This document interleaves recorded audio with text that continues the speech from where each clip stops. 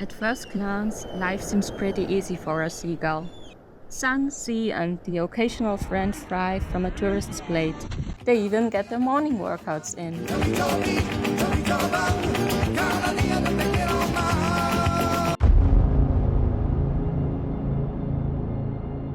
But behind the beauty, something deeper stirs. Now imagine losing a part of yourself. Every step becomes a challenge. The land of Suomenlinna, a place of nature, history, and life. But even here, signs of change are everywhere. Yet, the human spirit adapts. We find ways to move forward. But what about them? This seagull lost her leg, not from an age or accident, but from us. She cannot speak. She cannot ask for help. She just adapts, alone. Every year, over 1 million seabirds die due to plastic pollution.